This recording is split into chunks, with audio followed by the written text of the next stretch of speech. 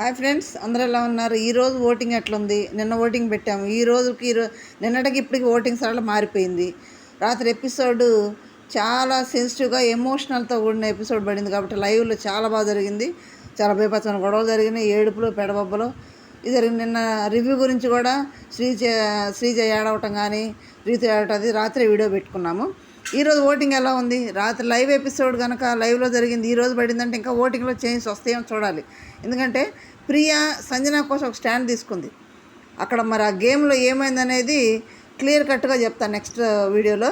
ఆ గేమ్కి సంబంధించి ప్రియా అయితే సంజన కోసం స్టాండ్ ఎందుకు తీసుకుందంటే ఆ బెల్లు మోగంగానే వీళ్ళు వెళ్ళి దాన్ని టచ్ చేయాలి. ఎవరు టచ్ చేస్తే వాళ్ళే కన్ఫెక్షన్ రూమ్లోకి వెళ్ళి వాళ్ళకి సంబంధించిన వాళ్ళతో మాట్లాడుకోవటమో, లెటర్ తీసుకోవడం, ఫోటో తీసుకోవడమో, ఆ బ్యాటరీ తగ్గేదాన్ని బట్టి అక్కడ చేయాల్సి ఉంటుంది. ఇక్కడ ప్రియాకి వెళ్తే సంజనాకి ఇవ్వాలని ఎందుకు అనుకుందంటే పసిబిడ్డ కదా, 5 నెలల బాబు వచ్చింది కాబట్టి, తను ఏడుస్తుంది కాబట్టి తనకి ఇవ్వాలనే స్టాండ్ తీసుకుంది. కానీ తను అవుట్ అయిందన్నట్టు వీళ్ళు మాట్లాడడం వల్ల కొంచెం ప్రియా స్టాండ్ అయితే బాగుంది. మరి ఇది ఎపిసోడ్ కనుక మనం ఈరోజు ఎపిసోడ్ చూస్తే ఇదంతా కూడా మరి ప్రియాకి ఓటింగ్ పెరుగుద్దా, అదేమైనా వర్కౌట్ అవుద్దా లేదా అనేది మనం చూడాల్సి ఉంటుంది.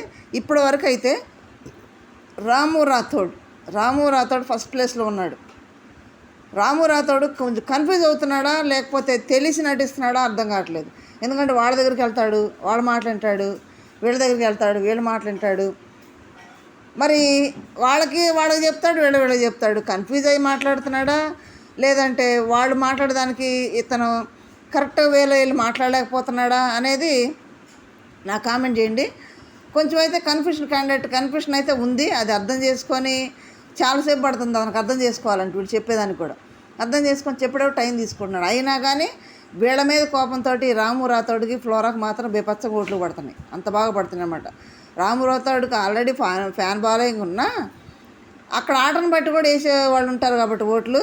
ఫస్ట్ ప్లేస్లో అయితే రాము రాథోడ్ కొనసాగుతూ ఉన్నాడు. నెక్స్ట్ వచ్చి ఫ్లోరా గారు నిన్న ఆ టాస్క్ ఎమోషనల్ టాస్క్ ఇచ్చారు కదా, బెల్లు ప్రెస్ చేద్దంట. ఫ్లోరా గెలిచిందంట, చాలా బాగా ఆడిందంట. ఇక్కడ ఫ్లోరా మరి ఎందుకు జనంతో ఇంటరాక్ట్ అవ్వట్లేదు అని నాకు సార్ చెప్పారు కదా, కలువు అని. తనకి లాంగ్వేజ్ ప్రాబ్లం ఉంటుంది. ఇప్పుడు లాంగ్వేజ్ ఉన్న వాళ్ళు ఏం చేస్తున్నారు, అనవసరాన్ని మాట్లాడుకుని గొడవలు పెట్టుకుంటున్నారు. ఇక్కడ ఫ్లోరా ఏం చేస్తుంది, ట్రై చేస్తుంది. తను కొంచెం ఎమోషనల్గా వీళ్ళు ఏం చేస్తున్నారు, ఎమోషనల్గా ఏదో అనేస్తున్నారు. తను ఎమోషనల్ బ్యాలెన్స్ చేసుకుంటుందంట. ఇమ్మాన్లు అన్నాడు యోగా చేసి. ఆ బ్యాలెన్స్ చేసుకోవడం వల్ల తను నెమ్మడంగా ఉంటుంది, ప్లస్ భాష అర్థం కాకపోవడం ఒకటి అని అన్నారు. కానీ ఈమె ఓటింగ్ ద్వారా అయితే బయటికి వెళ్ళే ప్రసక్తి అనేది ఫ్లోరా ఉండదు.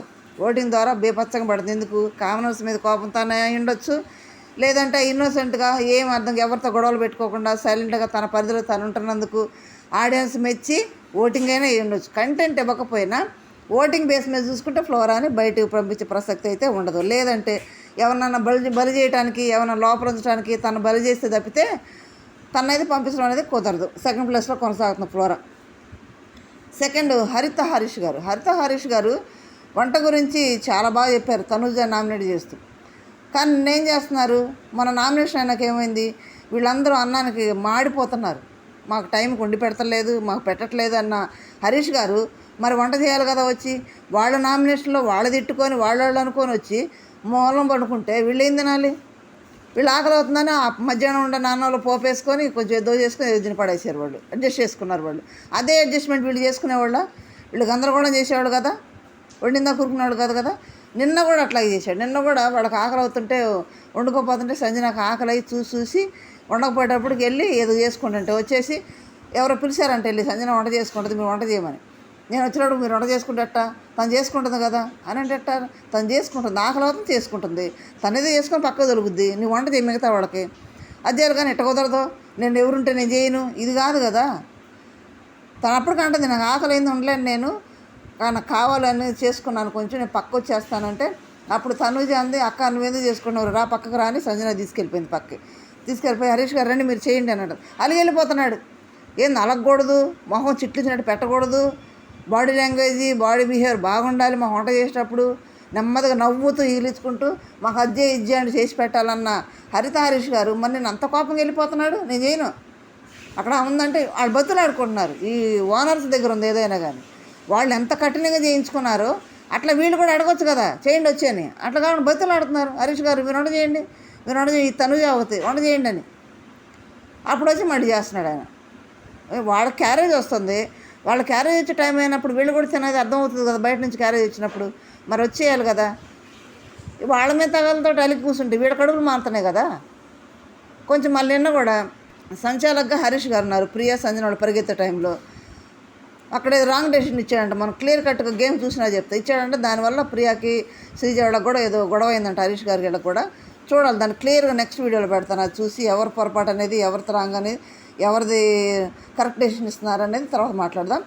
ఈ వంట విషయంలో మాత్రం హరీష్ గారు అట్లా మాట్లాడటం కరెక్ట్ కాదు. ఎందుకంటే ఎవరిదైనా ఆకలే కదా, తను అన్నయ్య వీళ్ళకి కూడా వచ్చేస్తే కదా.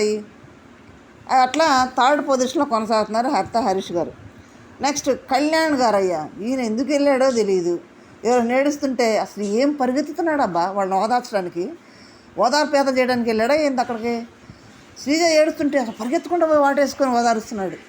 అదేంది అసలు, ఏదో అగ్ని పరీక్షలు మేము లాగేసాం పీకేసామంటే వాళ్ళేమో వీళ్ళు ఏదో కంటెంట్ క్రియేట్ చేస్తారు అక్కడని వాళ్ళు సెలెక్ట్ చేసి పంపటం, ఈ బిగ్ బాస్ ఏమో వాళ్ళు సెలెక్ట్ చేశారు కదా అని ఏదో ఓడబీకి పందిరేస్తారు అన్నట్టు ఆడ పిలుచుకుంటే అక్కడ వచ్చి జనాన్ని చుట్టూ బిగుతున్నారు వాళ్ళు. ఏం చేస్తున్నారు అక్కడ. ఇక్కడ మర్యాద మనిషి స్టేజ్ మీద నాకు సార్ అడిగితే ఫ్లవర్ ఎవరు ఫైర్ ఎవరు అంటే కళ్యాణ్ ఫ్లవర్ అని పెట్టాడు. ఎందుకంటే జవాన్ కదా చాలా బాగా ఆడతాడు, ప్రతి దాంట్లో దూకిపోతాడు, ప్రతి దాంట్లో ముందుంటాడు అని అనుకున్నా నేను. ఏం లేదు వాళ్ళ చుట్టూ తిరగడం సరిపోతుంది అన్నాడు మర్యాద మనిషి, ఫ్లవర్ అన్నాడు. మరి అట్లే ఉంది అక్కడ. ప్రియ ఏడిస్తే పరిగెత్తుకుంటూ వెళ్తాడు. రాత్రి ప్రియ ఏడుస్తుంటే ఆ లైవ్ గేమ్ కాడ పరిగెత్తుకుంటూ పోయి ఓదార్చి చేస్తున్నాడు. ఆ ప్రియ ఏమో డెమాన్ ఏడిపి ఆపమన్నా ఆపట్లేదు, ఎవరు ఆపమన్నా ఆపట్లేదు. మళ్ళీ కళ్యాణ్ ఏం చేస్తున్నాడు, తనూజ అనే గేమ్ చెడగొడుతున్నాడు. ఏదో సామెత చెప్పినట్టు కూసే గాడిద వచ్చి మెసేజ్ గాడి చెడగొట్టిందని ఆ పిల్లల్ని ఇబ్బంది పెడుతున్నాడు. ఈ తనుజ ఎక్కడుంటే అక్కడికి వెళ్ళటం, తనుజ తిరగడం. నిన్న రీతు కూడా కన్ఫెక్షన్ డూల్ అదే చెప్తుంది. ఇది కనుక ఆడియన్స్ గెస్ చేశారంటే మాత్రం తనూజ ఫ్యాన్స్ ఏం చేస్తారంటే, అరే మన తనూజ గేమ్ పాడవుతుంది, వీడు ఆడేలేదు పెట్టేలేదు, తనూజ ఫ్యాన్ బేస్కి ఎక్కువ ఉంది కాబట్టి తను పట్టుకుని ఆడితే ఉండొచ్చు అని కూడా ఇతను అనుకుంటున్నాడేమో.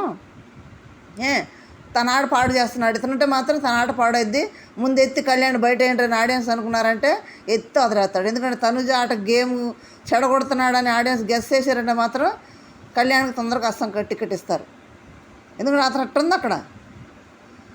తనుజతో కూర్చొని ఆడటం, లేదంటే ప్రియతో కూర్చొని ఆడటం. అబ్బాయిల దగ్గర కూర్చొని మాట్లాడట్లేదు ఈ మధ్య.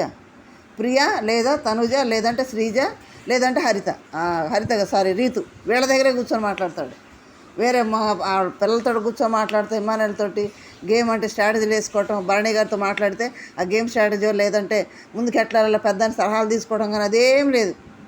తను ఎట్టంటాడు ఏళ్ళు పెట్టి చూపుతా, ఇక అంతే ఏం లేదు అక్కడ. 4th ప్లేస్లో ఉన్నాడు. నెక్స్ట్ 5th ప్లేస్లో రీతు ఉంది. రీతుకి ఒకే ఒక్క మైనస్ ఏంటంటే గేమ్ బాగా ఆడుద్ది, డిఫెండ్ చేసుకోవడం బాగా ఆడుతుంది. మైనస్ ఏంటంటే ఆ డెమాన్ని కెప్టెన్ చేయడం అది పెద్ద మైనస్ అయింది. ఆ గేమ్లో రాంగ్ డెసిషన్ ఇవ్వటం, ఆ మైనస్ వల్లే నామినేషన్లోకి వచ్చింది. అదే ఇప్పుడు వాడు ప్రతిదానికి అదే ఎత్తి మాట్లాడుతూ ఉన్నారు. నిన్న కూడా సీక్రెట్ గేమ్ చికెన్ కోసం సీక్రెట్ టాస్క్ ప్రతి ఒక్కరి దగ్గరికి వెళ్ళి మీ సీక్రెట్లు చెప్పండి అని అడుగుతుంది. కొంతమంది ఇచ్చారు కూడా, కొంతమంది ఫీడ్బ్యాక్ తీసుకుంది, కొంతమంది దగ్గర కొంతమంది చెప్పలా. దానికి వన్ ఆఫ్ ద కామనర్స్ చెప్పలా. దానికి కారణం ఎవరంటే శ్రీజ. వాళ్ళని అందరినీ కట్టడి చేసేసింది. తను ఏదో సీక్రెట్ టాస్క్ ఆడుతుంది, మీరు ఎవరు చెప్పొద్దు అని డెమాని పక్కన పెట్టింది. పవన్ కళ్యాణ్ ప్రియని ఎవరిని చెప్పనివ్వకుండా చేసింది. చూసారా శ్రీజ ఎంత వాళ్ళని కట్టడి చేస్తుందో. చిన్నపిల్ల పిట్టపిల్ల అయినా కానీ చెప్పకుండా చేసింది, అయినా ప్రయత్నం చేసింది రీతు. కొంతమందిని అయితే లాక్కుంది.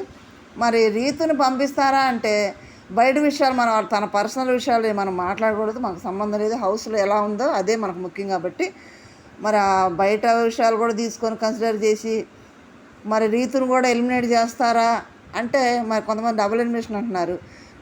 పెట్టేసి ఒకవేళ ప్రియాని రీతుని కానీ లేకపోతే రీతు కళ్యాణ్ కానీ తీసేస్తారా అని ఆలోచించాలి. ఎందుకంటే వైల్డ్ కార్డ్స్ కూడా ఎంటర్ అవుతున్నారు లోపలికి, కామనర్స్ కూడా వస్తున్నారు. షాకీబు, నాగప్రశాంత్, దివ్యనిఖిత ముగ్గురు వస్తున్నారంట. వీళ్ళల్లో ఒక్కళ్ళే ఉంటారు, ఇద్దరు బయటకు వెళ్ళిపోతారు. నెక్స్ట్ మన వైల్డ్ కార్డ్స్ వచ్చి అమర్దీప్, పృథ్వీ, సుహాసిని, కావ్యశ్రీ వీళ్ళు వస్తున్నారు. మరి వీళ్ళందరూ వస్తున్నారు కాబట్టి డబుల్ ఎలిమినేషన్ పెడతాడా అంటే చూడాలి. ఒకవేళ పెట్టి ఒకవేళ రీతుని కూడా ఇది పంపిస్తేస్తారేమో చూద్దాము. లేదంటే ఒక్కళ్ళు అయితే మాత్రం అమ్మాయిలో అయితే ప్రియ వెళ్తుంది, అబ్బాయిలో అయితే కళ్యాణ్ వెళ్తాడు. ఓకే, వీళ్ళ ముగ్గురులోనే ఉంటారు. నెక్స్ట్ 6th పొజిషన్లో ప్రియా ఉంది. ప్రియాకి వాళ్ళ నోరు వాళ్ళు మాట్లాడే తీరు, పెద్దవాళ్ళని గౌరవించకపోవటం, ఇదే పెద్ద మైనస్.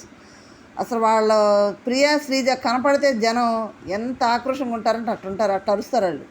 ఎవరం తారం ఉండదు, ముందు వెనక ఉండదు, అర్థం పర్థం ఉండదు మాట్లాడేదంటూ. వీళ్ళకి ఇసుకొస్తుంది సార్ అంటే అక్కడ ఇసుక ఎక్కడ ఉంటుంది? ఉడకలేదు సార్ అని దీర్ఘాలు తీస్తే ఎక్కడ ఉంటుంది? నిన్న భరణి గారు చిన్న డైలాగ్ చెప్పాడు, సినిమా డైలాగు ఎక్సలెంట్గా చెప్పాడు. యాక్టర్ ఆయన సీనియర్ యాక్టర్ ఎంత బాగా చెప్పాడు. ఆయన గౌరవించరు వాళ్ళు. వాళ్ళ వయసు ఎంత, ఆయన సినీఫీల్డ్ వయసు ఎంత ఉండదు వాళ్ళది. లెక్కలేకుండా మాట్లాడటం. ఇంతకుముందు శివన్ ఉన్నాడంటే అందరూ వచ్చి శివన్ దగ్గర కూర్చొని సలహాలు తీసుకునేవాళ్ళు, ఆయన ఎట్లా ప్రవర్తించాలో చూసేవాళ్ళు. నేను అమర్దీప్ కానీ, శోభా శెట్టి, ప్రియాంక వాడు కానీ ఎంత నోరేసుకొని పడినా కానీ శివన్ని చాలా గౌరవించేవాడు వాళ్ళు. నాకు సార్ ముందు కూడా చాలా గౌరవంగా వినయంగా ఉండేవాళ్ళు, మాట్లాడేవాళ్ళు కాదు.